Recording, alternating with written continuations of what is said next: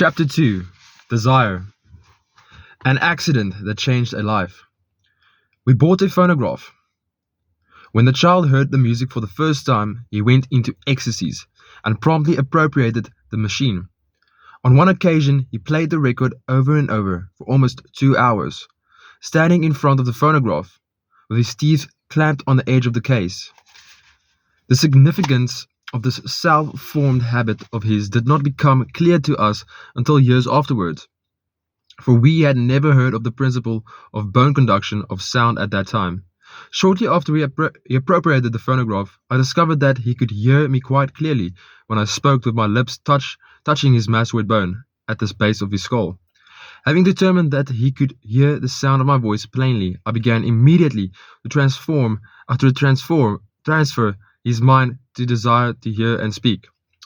I soon discovered that the child enjoyed bedtime stories, so I went to work, creating stories designed to develop in him self-reliance, imagination, and a keen desire to hear and to be normal.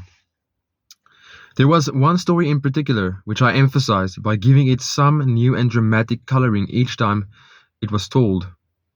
It was designed to plant in his mind the thought that his affliction was not a liability, but an asset of great value. Despite the fact that all the philosophy I had examined clearly indicated that every adversity brings with it the seed of an equivalent advantage, I must confess that I had not the slightest idea how this affliction could ever become an asset. He won a new world with 6 cents. As I analyze the experience in retrospect, I can see how that my son's faith in me had much to do with the astounding results. He did not question anything I told him. I sold him the idea that he had a distinct advantage over his older brother, and that this advantage would reflect itself in many ways. For example, the teachers in school would observe that he had no ears, and because of this, they would show him special attention and treat him with extraordinary kindness. They always did. I sold him the idea, too, that when he became old enough to sell newspapers, his older brother had already become a newspaper merchant, he would have a big advantage over his brother, for the reason that people would pay him extra money for his wares, because they could see that he was a bright, industrious boy, despite the fact he had no ears. When he was about 7, he showed the first evidence that our method of servicing his mind was bearing fruit. For several months he begged for the privilege of selling newspapers, but his mother would not give him the project her consent. Finally, he took matters in his own hands.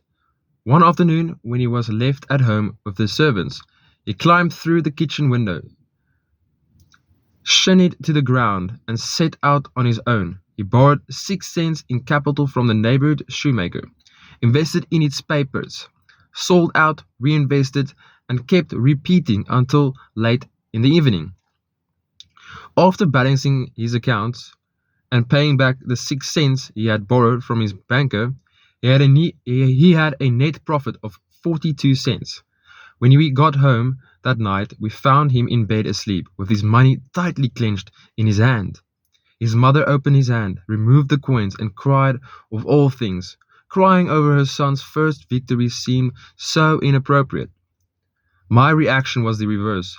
I laughed heartily, for I knew that my endeavor to plant in the child's mind an attitude of faith in himself had been successful. His mother saw in his first business venture a little deaf boy who had gone out in the streets and risked his life to earn money. I saw a brave, ambitious, self-reliant little businessman whose stock in himself had been increased 100%, because he had gone into business on his own initiative and had won. The transaction pleased me because I knew that he had given evidence of a trait of resourcefulness that would go with him all through life.